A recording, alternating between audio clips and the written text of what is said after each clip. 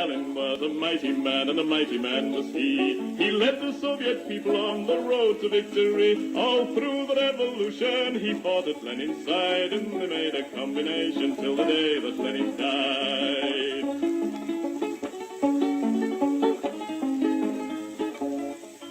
He said, come on, you people, we must work with brain and hand. And then one day the Nazis came into the Soviet land. They plundered to the Volga, to Stalingrad. And then Joe Stalin said, come on, me boys, and kicked them out again. Oh, Stalin was a southerner, in Georgia he was born, where the oranges grow thick and fast and fields of waving corn. And Stalin is a farmer, his fingers they are green, and he has planted the biggest crop the world has ever seen. One day he looked upon the map and frowned and shook his head. There's too much brown and not enough green, these were the words he said. We'll have to change the weather, boys, he said, and then he smiled. So let's begin by planting trees along 3,000 miles. So Stalin rolled his sleeves up then and said it's time to start. The Volga River and the Don, they are too far apart. I think we'd better join them, so come and help me, pal, and we'll build a mighty waterway, the Volga-Don Canal. Then Stalin went into the north, and there saw rivers three, all emptying their waters into the polar sea. Now that's not right, Joe Stalin said, these rivers, they are ours. We'll turn them round and make them work and make electric power. There was a range of mountains that were standing in the way, so Stalin put his hand out and smoothed them all away. For Joe, he is determined to make the land all green, and that's the biggest project that the world has ever seen. Oh, Stalin is a mighty man, and he has a mighty plan. He's harnessed nature to the plow to work for the good of man. He's hammered out the future, the fortunate he has seen, and he's made the workers' state the best the world has ever seen.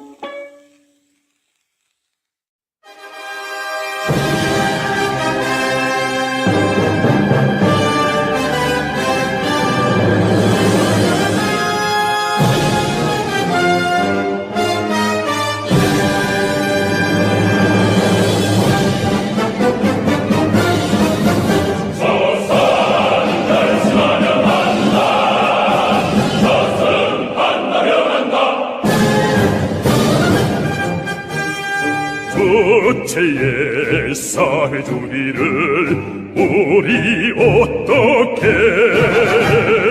정대로 지키는가를 세계여 보라. 조선은 결심하면 한다. 조선은 한다면 한다. 백성의 영도 따라서 선군의 붉은 이 그 신념으로 조선은 결심하면 한다. 조선은 한다면 한다.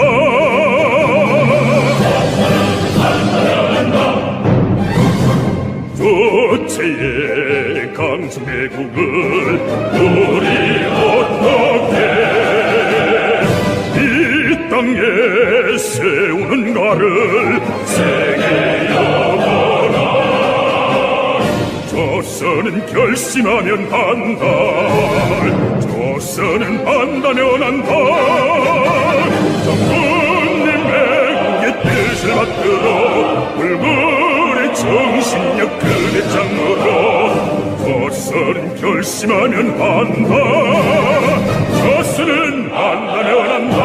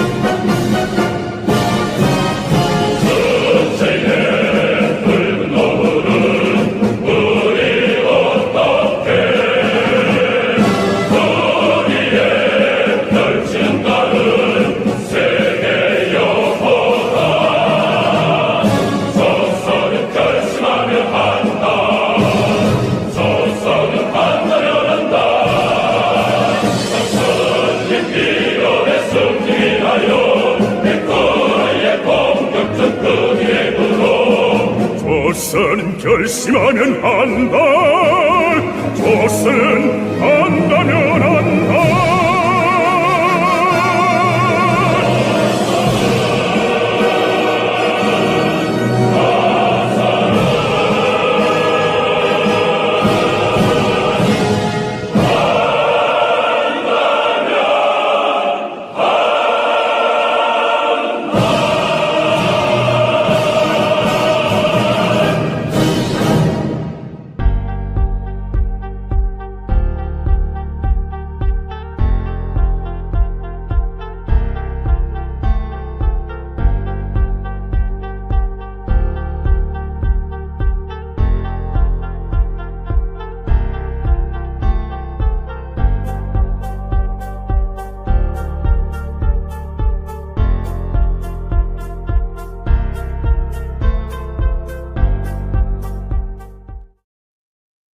Hello, everybody, and welcome. It is the evening of December the 18th, 2024, and I'm coming to you with a live stream here where we're talking about a returning issue, shall we say, an ever unfavorite issue, which is, of course, the nature of imperialism being the primary problem facing us in the world today, whether you are in the West or the East, the so-called industrialized, in reality, post-industrial world, or the rapidly industrializing world, the imperial core or the neo-colonies. It is the primary problem facing all of us, more specifically decaying imperialism. And I have entitled the episode Imperialism Cannot Be Appeased because I want to talk about why it cannot be appeased a little bit and give you an indication as to why this is related to the very profound crisis that it is in.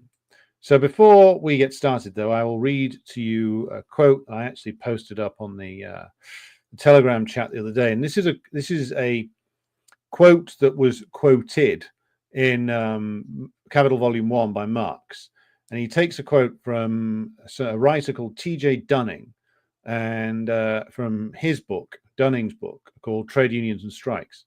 But it's an excellent quote. It's so good, Marx clearly appreciated it, because it shows us the real nature of capital, but this becomes ever more exacerbated when we move into the imperialist period. And the quote reads as follows.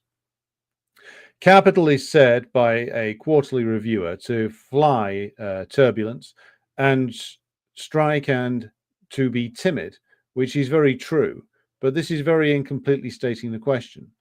Capital eschews no profit, or very small profit, just as nature was formerly said to abhor a vacuum. With adequate profit, capital is very bold. A certain 10% will ensure its employment anywhere. 20% certain will produce eagerness. 50% or positive audacity. 100% will make it ready to trample all human laws. 300%, and there is not a crime at which it will not scruple, nor a risk it will not take, even to the chance of its owner being hanged. If turbulence and strife will bring a profit, it will freely encourage both. Smuggling and the slave trade have amply proved all that is here stated. So that was, of course, Dunning in a book written in the 1860s talking about capital. You can multiply that many times over when it comes to imperialism. Imperialism, in all of its forms, has always been prepared to engage in or arrange vast amounts of bloodletting and slaughter in order to basically to defend the global system of extraction that the imperialist powers run. And so this is vital to understand. And this isn't something that can be changed. This isn't something that can be negotiated away. There's no convention. There's no declaration on human rights. There's no international legal system which can stop imperialism, capitalism in its imperialist stage, from behaving in the way that Dunning's quote there describes. And so when you see people getting understandably angry and upset about the slaughter in occupied Palestine, or the destruction of Syria, or the Ukraine war, and all the slaughter that is going on there, this is what you have to come back to. This is what you have to keep in mind. When it comes to the amount of profits that are at risk and the amount that is at stake in all of the wars I've just mentioned, there's no crime to which the capitalist class in the United States, in Britain, in France, in Germany won't stoop. The only thing that will stop them is if the very system that they sit at the head of itself in their homelands could be threatened. Now that will give them pause for thought, but what won't is laws. What won't is a convention.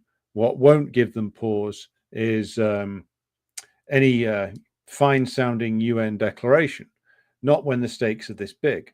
And so when you're looking at the fact that the imperialist powers are prepared to license the slaughter of tens of thousands, hundreds of thousands, millions, well, this is what they have always been like, and no amount of declarations to the contrary can change that fundamental law.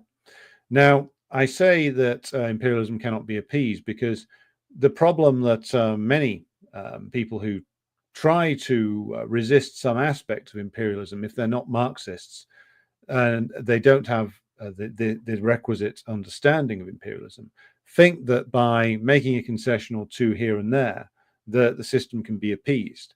I mean, this was a mistake that the Libyan government made. They thought that they were buying themselves time by nominally giving up weapons of mass destruction programs, which meant much of which they didn't have. Like there was not really any serious Libyan nuclear weapons program. So they thought that by giving up that and by doing deals with the imperialist powers, that this would essentially buy them out, get them out of the sanctions trap they were in, enable some rebuilding, take the pressure off. What it did instead was it basically was the opening shot. Well, the opening shot in just a different shift in tactics for a while by imperialism before going back to the same agenda, which is that imperialism didn't want a Libya with which, as a sovereign state, with which they were obliged to bargain. Imperialism wanted a Libya, just as they want a Syria, that is so weak and deindustrialized, its population demoralized or terrified, that it cannot hope to resist the impositions of imperialism. And that was the agenda in, of course, Libya. That's the agenda in Syria, in so many other places. And when you've got the stakes that everyone here is playing for in the geopolitics world, shall we say? So the stakes in Ukraine, for instance, they are incredibly high. What you've got there isn't just a question of the system that governs Ukraine. That is just one smaller element of a much, much bigger game. And that much bigger game is, of course, the relentless hostility and destabilization attempts that are being made against the Russian Federation. And this includes, of course, the recent assassination of the head of the Russian nuclear and chemical weapons forces, which is, of course, the General Kirillov, who was assassinated earlier today by a bomb that was planted by nominally at least Ukrainian intelligence. And this is an operation which we will be discussing tomorrow on Thursday's Decline and Fall show that I'll be doing with Kit Clarenberg. And so we will be coming back to it and to talk about it in greater detail. The interesting thing was, though, that when this assassination was carried out, the British news, principally the BBC, started boasting about how Kirillov had recently been sanctioned by Britain, which, to mention that in the same breath as you mentioned his assassination by Ukrainian intelligence operatives, employing the services of some Uzbek guy who never even met the people he was working for, apparently, seems to me to be a little too on the nose, even for the crude individuals running the British secret services these days. It's as good as admitting to the fact that they were involved in it. Now, I mention this because, of course, imperialism has a much bigger game in mind, and it's the question of the Russian Federation itself, which is why they cannot and will not give up on their attempts to destabilize it. They realize that they have lost the war in Ukraine, but they will try and spin that out as long as they can. But they will continue with the terrorism, the sabotage, the psychological operations that are running constantly against every level of Russian society. Because again, what is at stake is nothing less than the ability to asset strip the Russian Federation in a way they did for a while with the former Soviet Union in the 1990s. And a lot of that money that was asset stripped, it was brought about by asset stripping. A lot of the capital generated by that ended up going through the possession of Russian oligarchs and being rinsed through the City of London and and Wall Street in New York. And you can tell that the British were heavily involved in this because one of the key players in the dismantling and the asset stripping of the old industrial bases of the former people's democracies in the USSR was the European Bank for Reconstruction and Development, based in London, capitalized by all of the imperialist powers, and which they all have a share in, but the British and the Americans play a leading role in. And they played a leading role in the asset stripping and destruction of the Ukrainian industrial base and the theft of Ukrainian farmland. And if you imagine what has been done to Ukraine, if it could be done in a more comprehensive way to all of Russia, then that's an enormous prize, of course, and a prize which they hoped to achieve, and which they hoped to use the proceeds from that looting to revitalize their system. Ultimately, the same game is being played with China, same game is being played with Iran. And the question we come back to is, of course, the title of the video, which is Imperialism Cannot Be Appeased. So why cannot it be appeased? Well, first, you've got the nature of the capitalist system which underpins imperialism, particularly in its, it goes into its imperialist stage. It goes into a series of crises, which get worse as the system ages further. And the very move to imperialism in the first place suggests, of course, to us that there is a crisis within the pre-existing form of capitalism in Britain and the other imperialist powers, that it gets to a point where it stops exporting commodities and primarily starts exporting capital due to the fact that that produces far higher profits. And of course, this leads into the inter-imperialist competition as they all reach the imperialist stage. They all start to battle over markets and resources and sources of labor to exploit.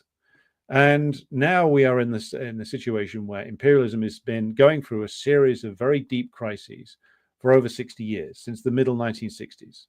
And these crises are becoming more and more frequent, and the ability to recover from them is becoming compromised. So we've covered this before, but I think it's worth emphasizing it again. The imperialist crisis of the middle 1960s, which is where the boom time caused by the reconstruction efforts and the renewed looting of the neo-colonial world after World War II. This boom time comes to an end by the middle 60s.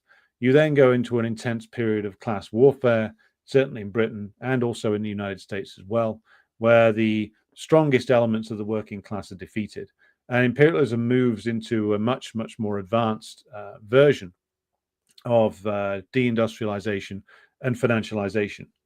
And what happens then is, of course, the level of exploitation of the domestic working class is increased, but also a lot of manufacturing goes through a massive outsourcing process, offshoring process, and the economy is very heavily financialized, as all of the late stage imperialist countries' economies are. And this is not even something that is particularly controversial anymore. Even very bourgeois politicians will admit to the massive amount of financialization that has been done over the last 40 years. Of course, J.D. Vance, Donald Trump, Marine Le Pen, the AFD, even in Germany to an extent, Meloni in Italy, will all talk about this to a greater or lesser degree. Trump certainly talks about it a lot, and as does Vance. But then you look at their policy prescriptions for this, and it's all more deregulation, more tax cuts, and we'll throw in some tariffs as well. And therefore, what it is that every single time, even though some bourgeois economists some who are nominally left-wing, some who are nominally right-wing, in reality not much difference, will admit that financialization, the export of capital on a huge basis, and the disappearance of the manufacturing base is a problem for them. None of them are able to come up with any policies that would actually address this. And so the system is just pushed into further and further into a crisis, and they can't address it, because to address it is, as we have emphasized many times before, to actually address these problems would take an even more vicious class war on the domestic working class if they wanted to reinvigorate manufacturing, the decimation of working class living standards, etc., reducing the cost of labor in the United States, Britain, France, etc., until it was on a par with the cost of labor in the neo-colonial world. Now, they so far have tried various different ways to make that happen, and it's not happened on the mass basis that they would need.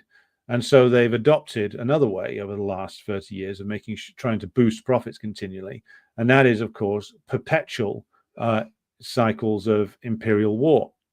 And that is what has been going on since the early 1990s, and that's why you get the so-called neoconservatives. All the neoconservatives is the intellectual expression of the needs of US imperialism. The needs of US imperialism over the last 30 years have been for continual infusions of more and more capital extracted, often at gunpoint, from the neo-colonial world. And that's, or the reduction of formerly relatively sovereign, relatively independent countries to neo-colonial status. So let's check off the list, shall we? Yugoslavia, we've talked about that many times before.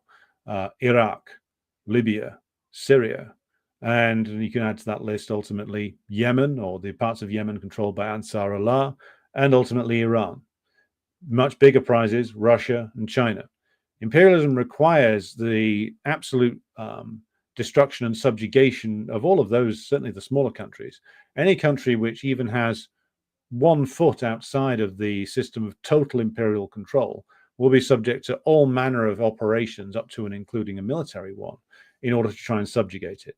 Because what imperialism must have now is complete unfettered access and the ability to hyper-exploit all of these countries' resources, all of their sources of labor, and to reduce them to neo-colonial dependencies with no industry other than that which the imperialists allow them to have, which they can directly profit from themselves, often being reduced to being mere producers of one single crop of agricultural products, or maybe a couple, and to be essentially part of the imperialist supply chain.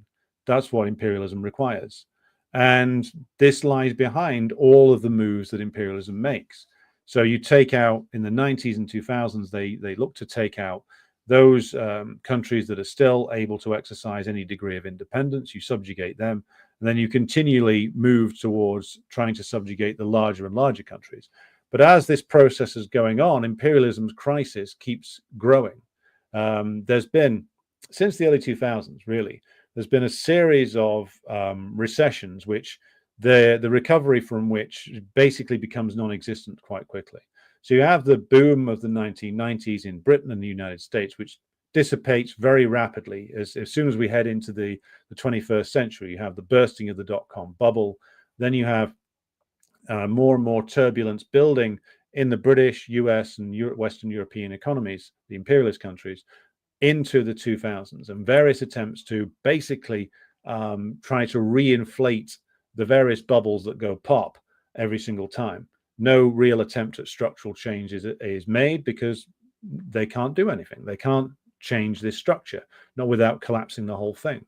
So you get like Bush doing tax cuts, more deregulation, more financialization. You get the 2008 crisis, and you get Obama saying a lot of things, and then you get no real change in terms of the system. You get in Britain, you get rather than an investigation and an attempt to address the problem of asset bubble inflation, you get more asset bubble inflation, which is, of course, what quantitative easing was doing. What quantitative easing was doing was aiding the reinflation of asset bubbles, ultimately. And this is all that imperialism can do domestically. Again, it can't and it won't reinvest in commodity production, not on the mass basis that would be required for it to actually turn around the decades of deindustrialization. So what it does is it just reinflates asset bubbles and hopes to stagger on for a few more years. And again, this is now being observed not just by Marxists, but people from other economic schools of thought are observing this.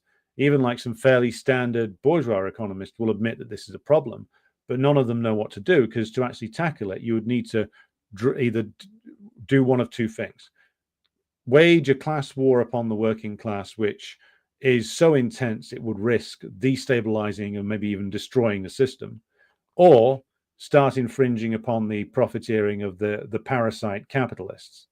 Those are your two options, and both will lead to destabilization, which the strategists at the top don't want.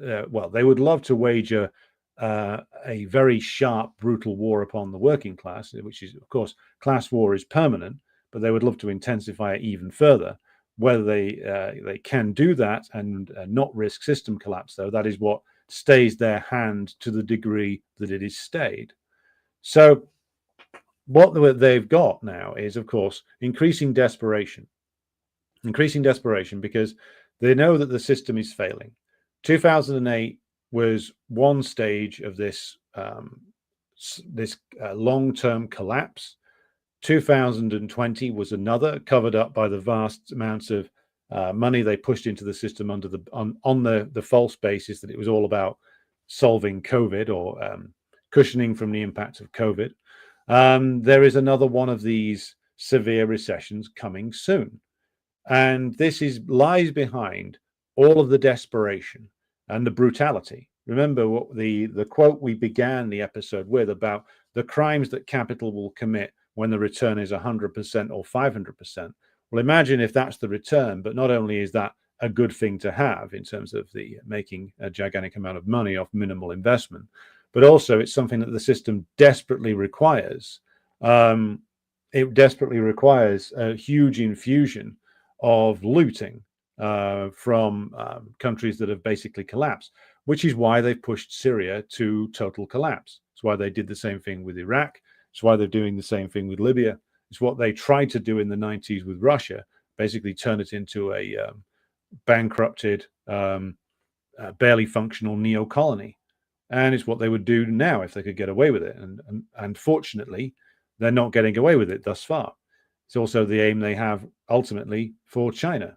Fortunately, the Chinese leadership seems to be aware of that fact. So the situation for imperialism is desperate, and that is what makes it so relentless and ferocious, and it's what makes it so that it cannot be reasoned with, unless, of course, you understand its contradictions. If you understand its contradictions, you will understand the fact that even though it is relentlessly hostile, it is also limited in what it can do. They're still afraid of militarily confronting the Russians. They don't really want to go and militarily confront the Chinese either, but they are being put in a situation because of the crisis of their system where they're trying to provoke the Chinese into some kind of war. Now, a lot of people are now saying that, Trump's going to favor a new approach. He's going to be trying to reach some kind of deal with the Chinese. Well, maybe he is. But presidents don't get to decide the priorities. The priorities of the system are what they are because that's the system's nature. A president can say he wants to do A, B, or C, but if what confronts him is what I described earlier, which is that if you take a certain action, you are going to damage the interests of the completely parasitic ruling class. Most politicians, certainly fucking Donald Trump, isn't going to be prepared to do anything that could fundamentally threaten that system, that class to which he belongs, to the junior levels, of course. And so the president might want one thing, might want to make a deal, might want to stabilize things, but he's in charge of a decaying and unstable system, which, again, nobody in the current US bourgeois political system is prepared to confront in a serious way. They're just not capable of doing it. The class forces behind them just won't allow them to. And thus it will be so that the push will be towards more and more pressure downwards upon the living standards of the American worker. That's where it's going. That and more aggression against countries that they can get away with completely destroying. So they will, again, no matter what he says about China, Trump will be pushed into committing more acts of aggression against China. Even if this war with war in Ukraine comes to an end, and Trump decides we're going to pull the plug on this, or we're going to back away slowly, whatever the outcome is, then it's going to be the case that they will try again against Russia somewhere else. They'll try something else. They have to, and they're going to keep trying this, leading to ever more instability and ever more wars. And they're going to keep trying it until they're stopped. And that can only happen really either through catastrophic military defeat, which is a risky game to play, even though the Russians and the Chinese could beat the imperialists militarily. Invading Iran is also a bit of a non-starter for reasons I've explained before. But they are desperate enough to try various criminal and crazy things because the system's in that deeper crisis. And so what the Russians, Chinese, and Iranians are finding is that there's no negotiating with this, because the looting and destruction of Syria, the mass murder in occupied Palestine, and so many other crimes. This is the real face of imperialism. This is this system at its most naked, at its most brutal, at its most openly homicidal, because that's the nature of the beast. It always was, but it's become more dangerous. Now it's spiraling downwards. And again, it comes back to the job that we in the imperial core countries have. We have to put an end to the system, because Kwame Nkrumah was right when he wrote in Neocolonialism that the neocolonial system might be profitable for the capitalist classes of the West in the short term, but it will be absolutely fatal for those countries in the long term, because ultimately the resistance against neocolonialism will triumph, and that will mean a massive crisis inside the imperial core nations. Now, I think it is better for us to be able to activate our structures and respond to working class risings and push the struggle in the direction of questioning the whole system and getting more and more people to see that the system has to be removed. There's no reforming this. There's no appeasing the capitalist class. As I said, they just simply have to be removed. And I'll leave the comments there and take some questions after I've had some water, which I've just put off camera.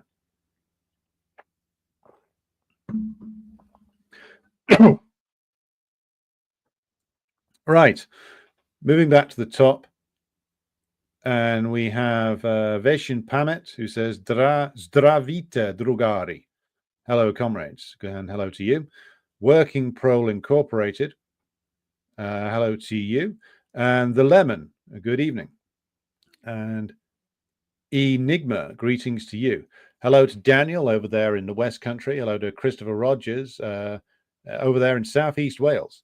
And we've also got a comment here from a Cyrillic name, which I am going to probably screw up the pronunciation of this, but I'm going to try it anyway. Friskli Ski. Probably made a mess of that, but I do apologize. My Russian's still in basic mode. Who says, drones over New York City, Cold War tactics, US push red lines, and when Russia responds, they frighten their populations. Well, I mean, the people putting the drones up over the United States aren't Russians. I don't think, anyway, because I don't think this is a particularly useful exercise for the Russians to engage in. I think the people doing that are various different agencies of the US government to run a psyop on their own population, basically. I think the Russians have got rather bigger concerns. Hello to, and good evening to Comrade Jawad Lombard. Hello to you out there in Spain. Rentier Oligarch says, when I saw Mothership in the headlines, I just rolled my eyes. I don't know anyone here in the US that's took that story seriously. News anchors took it seriously. They were about the only ones that did. So right. N. Minkowski, hello to you. And Working Prole Incorporated says West had basic 400-year good run. Now the tables are turned around. Looking like it. Long struggle to go, though, I think. Almir, hello to you in the once and future Yugoslav Republic of Slovenia. Hello to President Jesus out in the wasteland of the territories ruled over by the dictator Newsom. Hello to Vera. N. Minkowski says Russian oligarchs thought that the imperialists could be appeased and signed the Minsk agreements. They thought they'd been very clever about that one. Turned out they couldn't appease. They couldn't stop the process that was ongoing. Hello to Edward, who says, "Good evening, comrades. Lab Vakar Biedri. I congratulate all on the birthday of the great Marxist-Leninist leader Joseph Stalin." I'm going to try and pronounce this. Absvichu Visus Josefa Vissarionovича Stalina Dimasanas Diena. If I mangled that, do let me know how right I got it. I'm curious to know how my pronunciation was. Veshan Pamet says he's fought Yemen is next, then Iran. Well, they will try. I mean, no doubt they will try. On Yemen specifically. The problem that they've got in Yemen is that they tried for 10 years. They tried for 10 years and essentially they caused a lot of death and destruction, but they didn't manage to break the Yemenis' fighting abilities. So we will see if the US imperialists are able to do any better if they try themselves. But fundamentally, the masses in Yemen are with Ansar Allah, as he's demonstrated on many occasions. So if they're going to try another bombing campaign, they're going to try to land. If they're going to try to land their troops, that's a big risk. They're going to want to do that. So let's see what they've got in store. I've no doubt they're going to try something, but all that they've tried so far for 10 years has produced a lot of death, but it hasn't managed to beat Ansar Allah. Hello to fellow Putinistic. Hello to you. Hello to Svetlana, who joins us from Moscow. Hello to Comrade Anthony, who joins us from in a slightly inebriated state from Prague. Hello to Victor. Hello to David King, who says vassals might fall. Let's hope so. Hello to Alexander Lukter.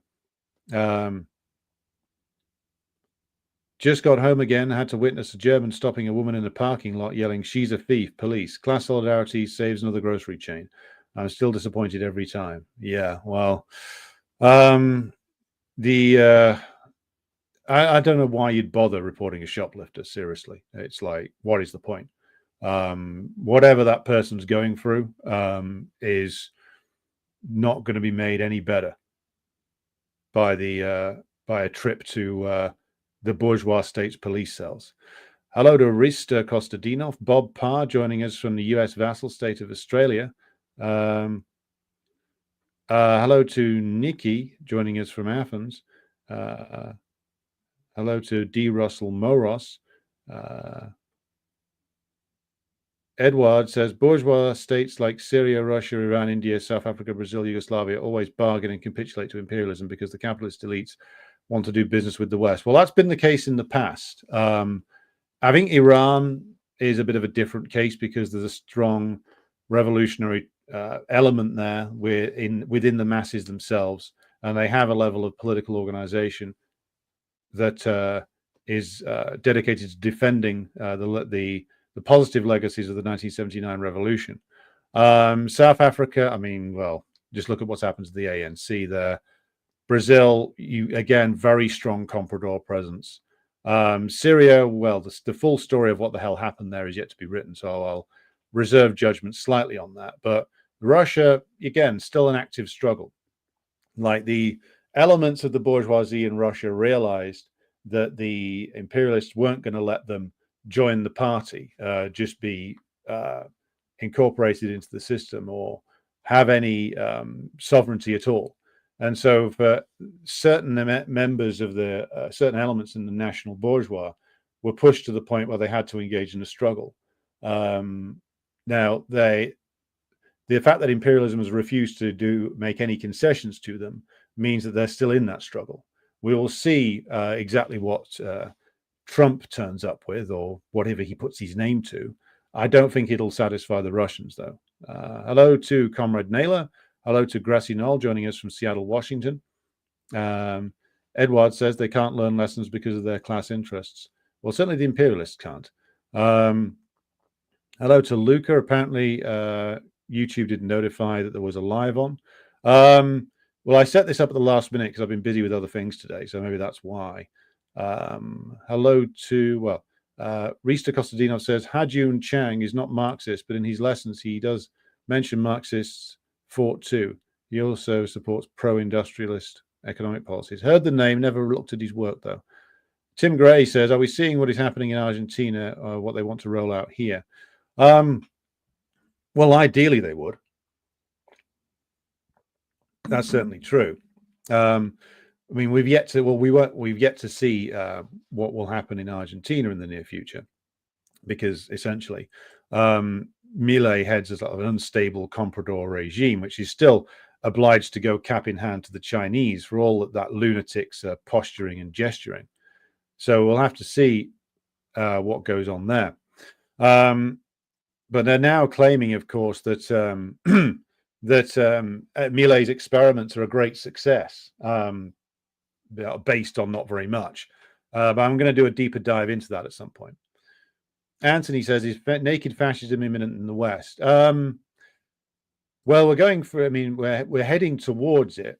And the fascist period will be reached when essentially they've run out of road with the so-called democratic solutions. They've got a ways to go yet, and also it depends upon the severity of the crisis.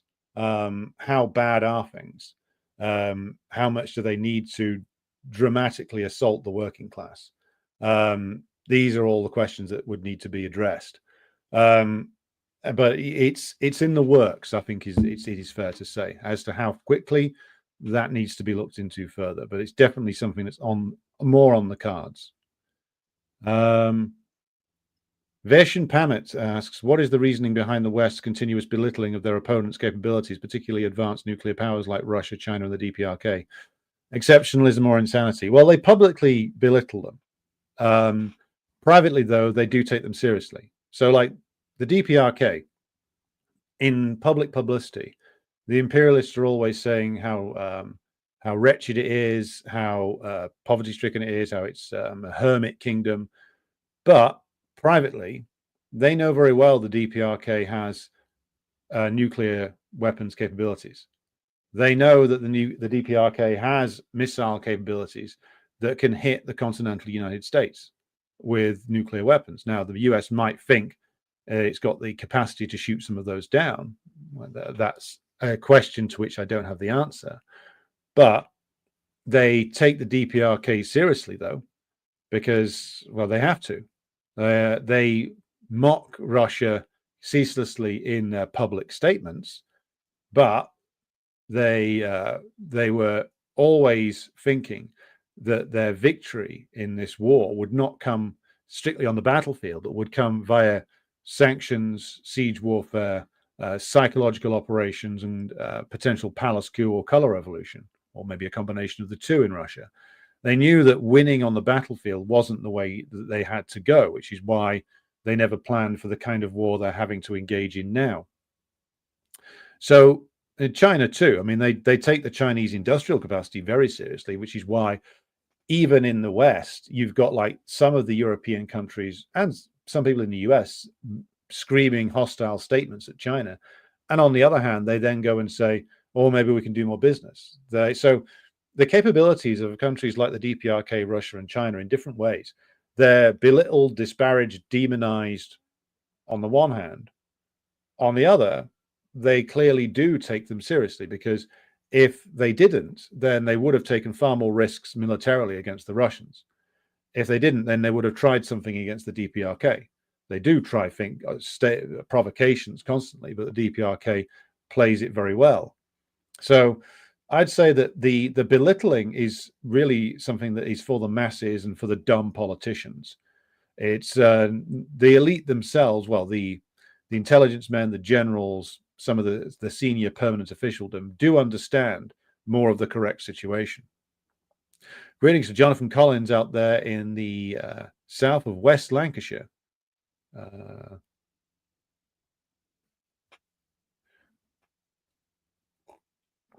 Hello to Aziz. Hello to Arnold. Hello to Comrade Abtin, who says, greetings, the Syrian people will rise again. A fine sentiment, and one which I wholeheartedly concur with.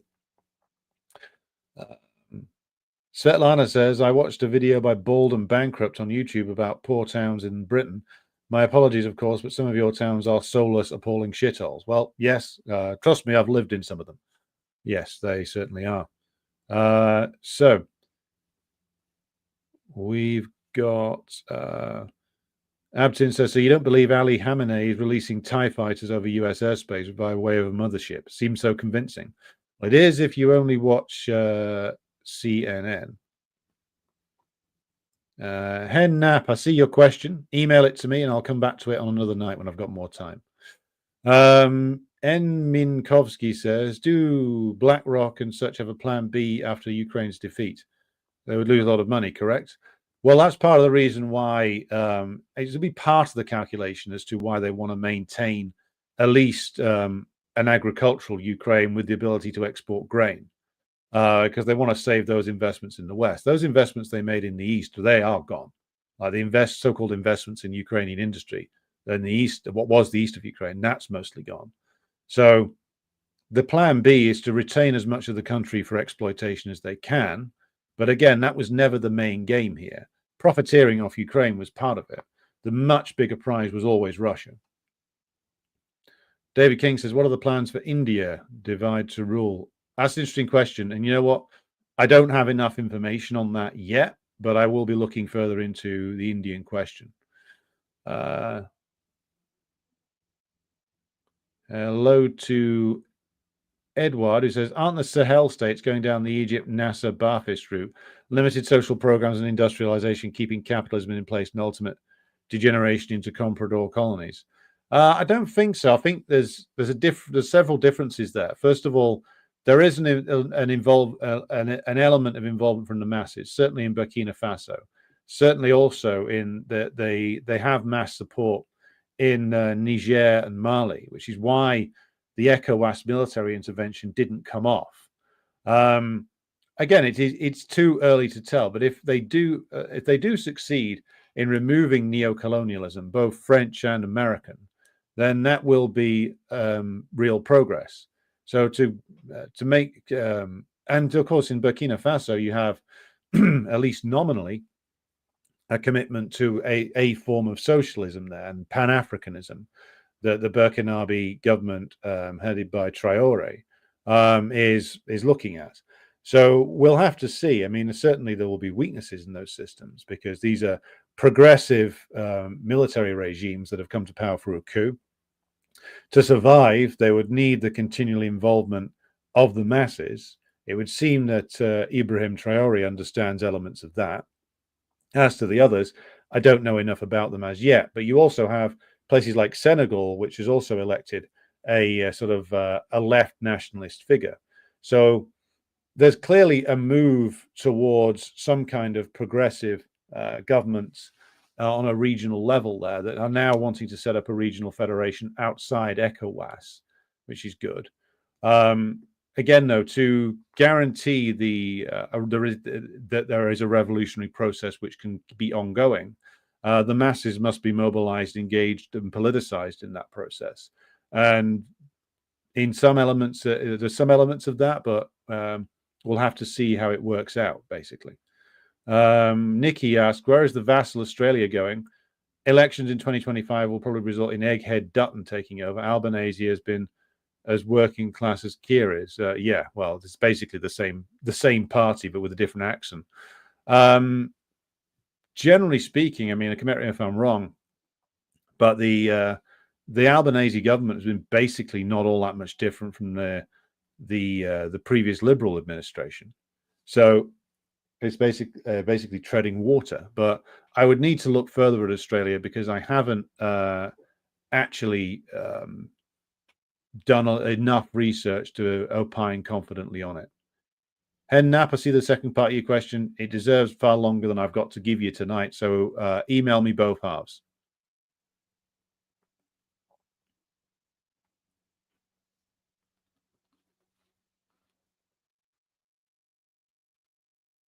Svetlana says, would you say because Britain is the first industrial country that a sense of joie de vivre was ground out of the British soul? Russia has its traditional song and dances and a sense of romance that I did not see in Britain when I lived there. Forgive me as a Russian, but I found Britain pretty soulless. Well, there's elements of like song and dance and tradition in Britain.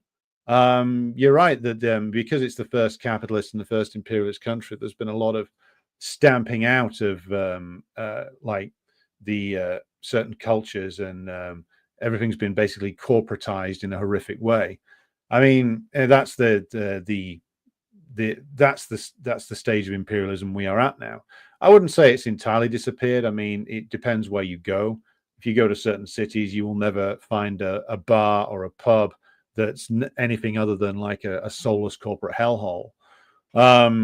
But in other places, there's more of a sense of a sense of joy, shall we say, does persist. But you're right about what the ruling class has basically done to the culture. It's basically annihilated it and blanded it out of existence. Same is happening in the United States. It's what happens in late stage imperialist countries. To redeem the culture in Britain would take the working class overthrowing the ruling class. That would revive things.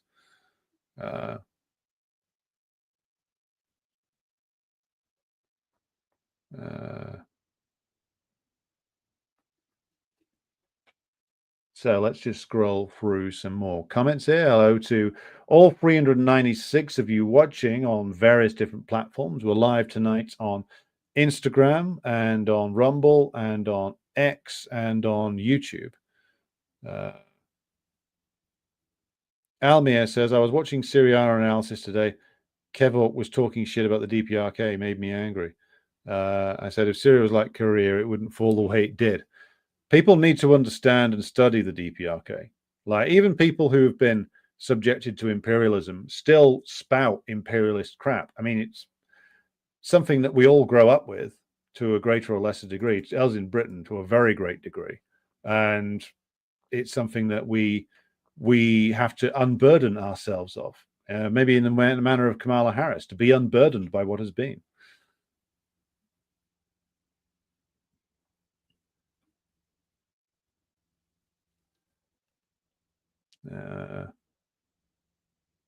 Vera says Iran is extremely well prepared in case the US will evade or attack. I don't see the US will succeed. Yeah, you're right. I think Iran's defensive doctrine is very strong, and they have been preparing for a full-blown attack from the US for decades now. And the US has revealed a lot of its weaknesses. So I can't see them doing that kind of attack on Iran. I can see them doing all kinds of other things, such as sabotage, such as terrorism, destabilization operations of all kinds. They'll intensify those, more sanctions, all the same tricks. But I can't see them pulling off some kind of like invasion. It just isn't possible for the US in its current state to be able to do. Pavel Linovsky says, as someone who got the impression that I've been lied to my whole life about communism, I'm very grateful for your content and Midwestern Marxist content. Well, good to have you with us. Hope we are proving of use in your learning. Now,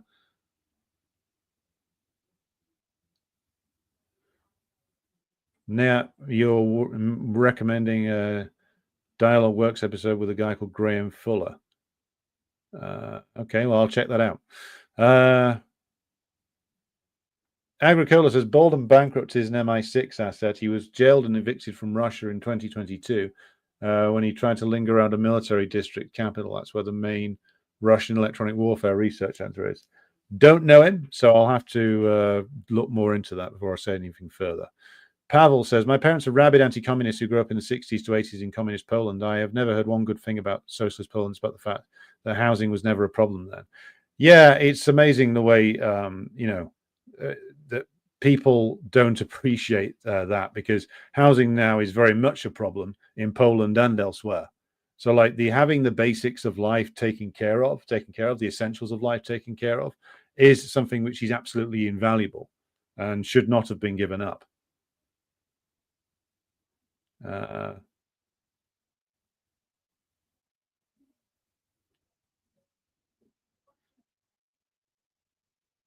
Okay.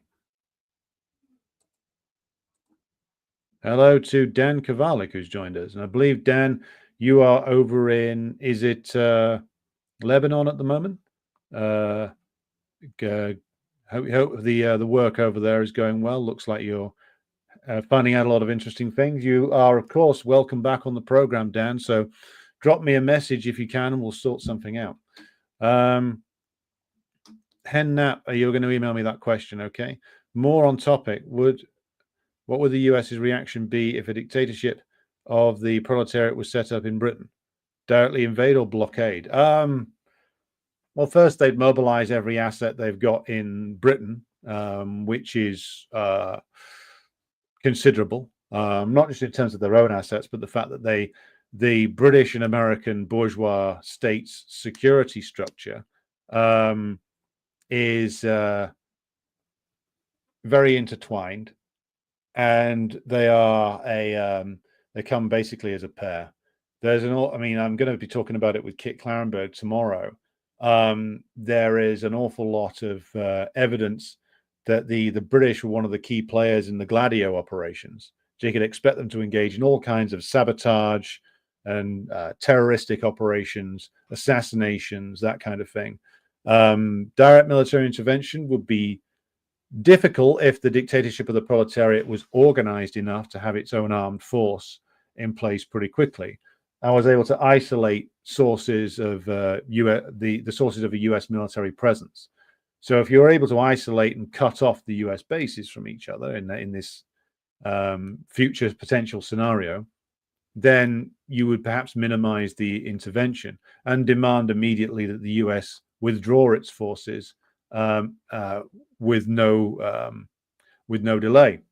So you would need to get rid of those bases as a matter of priority if you ever wanted to do the serious business of building socialism in Britain, because they would be a direct source of the most despicable, violent forms of counter-revolution.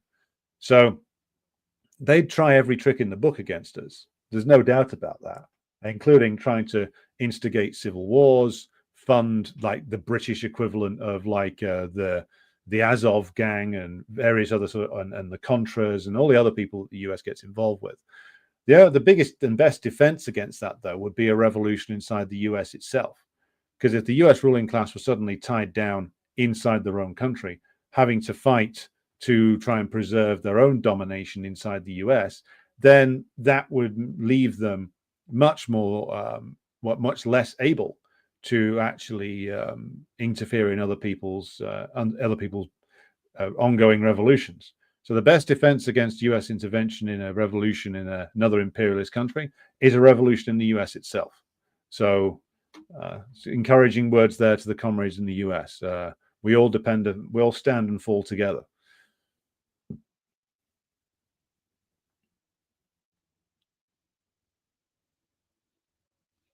Okay.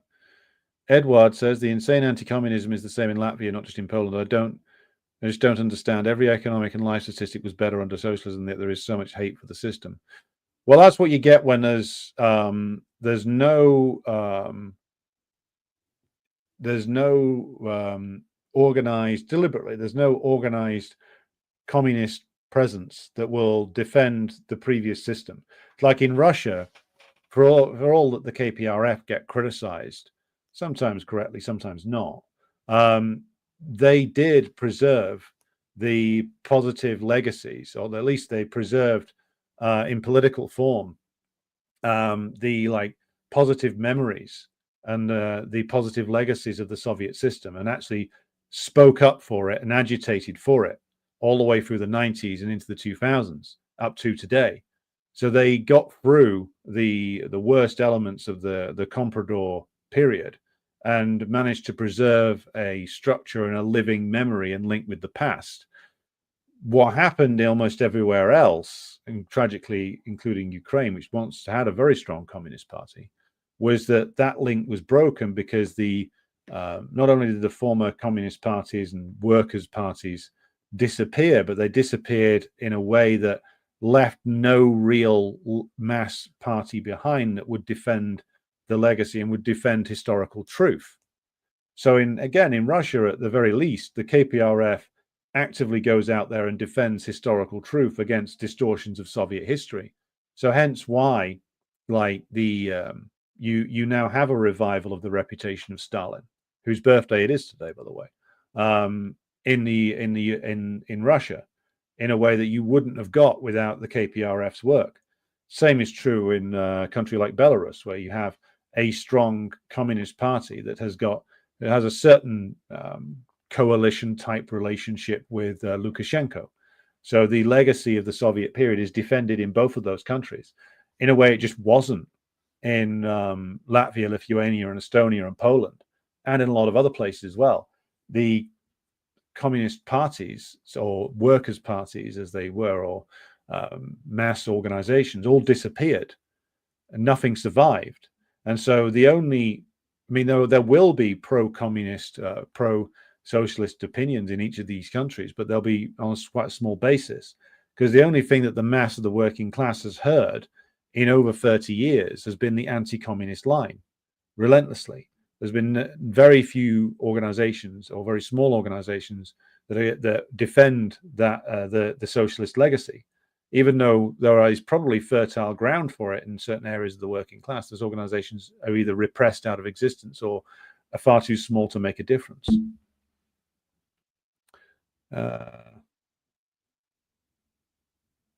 Rista Costadino says Latvia was the smallest country in the world that produced a high-speed train. Yep, doesn't anymore. Rista Costadino asked, do you like Al Jilani's new outfit? He doesn't look like Zelensky anymore. They probably gave him his MI6 handlers probably had to give him a makeover due to the fact that there were too many unflattering comparisons being made to Zelensky. And considering he's on his way out, the imperialists decided, well, it's best that we do a bit of a makeover on this guy. Abtin says he looks like a TAC Theory IT consultant after the last touch-up. Yeah, very true. Look, the HTS, and again, this is something we're going to come to in our discussion with Kit tomorrow on the Decline and Fall show. HTS obviously is a joint project. It's gone under various different names. A lot of the work organizing it is done by Turkish intelligence, but and you've also got the British and the Americans involved in it as well. So it is a pure creation of them. And so Jilani, or Al Jilani, or whoever he is, because I hear he was actually born in Saudi Arabia, he's just a front man. He's just a guy following orders from his handlers being the Turks, the British, the Americans. And so the idea that he's in charge of anything, I think, is a bit of a joke. He's about as much in charge of Syria, perhaps far less in charge of Syria than Zelensky is in charge of Ukraine.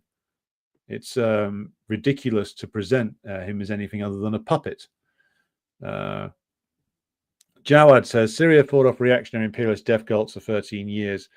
That to having Israel, Turkey, and Jordan as neighbors lasted longer than Libya. That's true. And part of that is they were, I think, militarily more powerful than Libya, the Syrians were. But also people came to their aid. Lebanon, Iran, well, Hezbollah through Lebanon, Iran, Russia, and that did aid them. Ultimately, though, there was a collapse, and I'm going to be very interested to see what the full story of that is. I don't think we're going to get that for quite some time, though. Mr. Chopin says, with all the hundreds of billions of dollars that the U.S. regime has given away to Ukraine, we could have had an extensive high-speed rail line in the United States.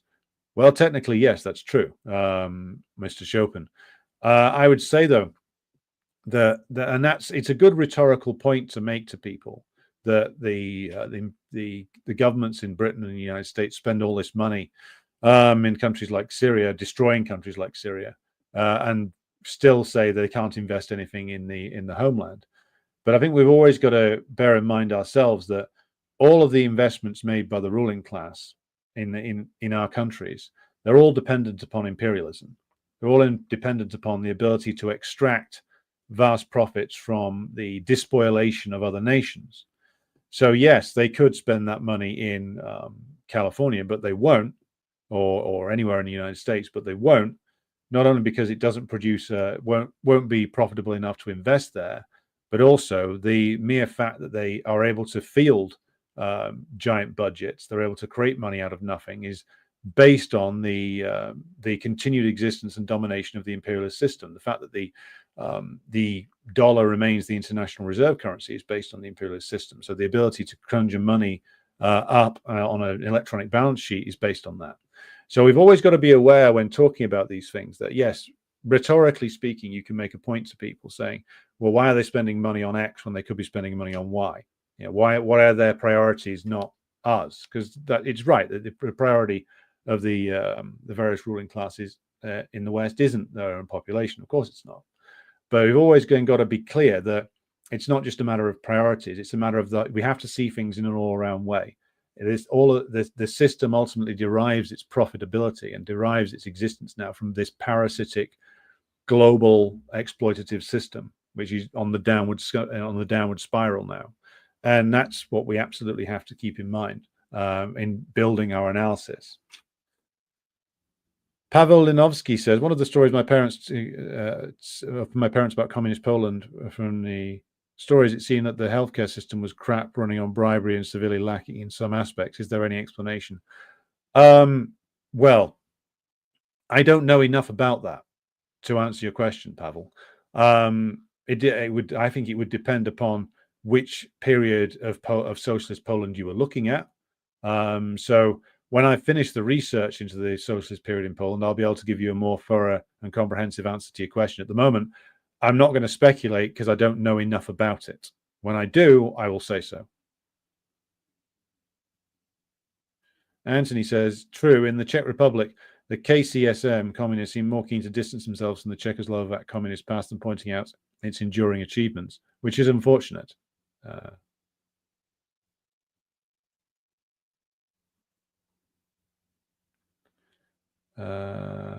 Good morning to Ash on the other side of the world.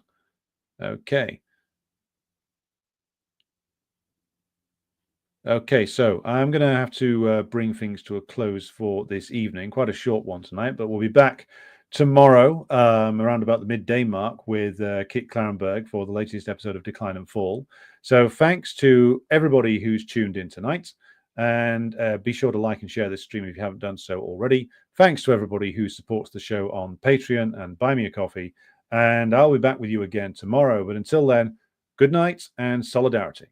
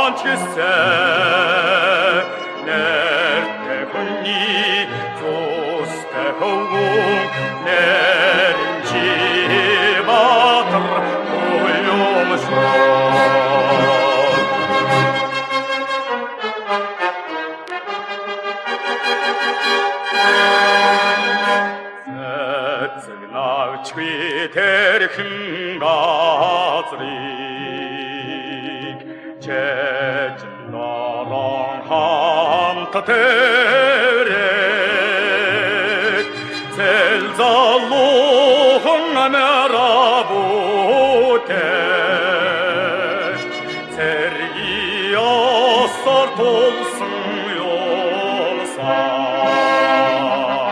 aman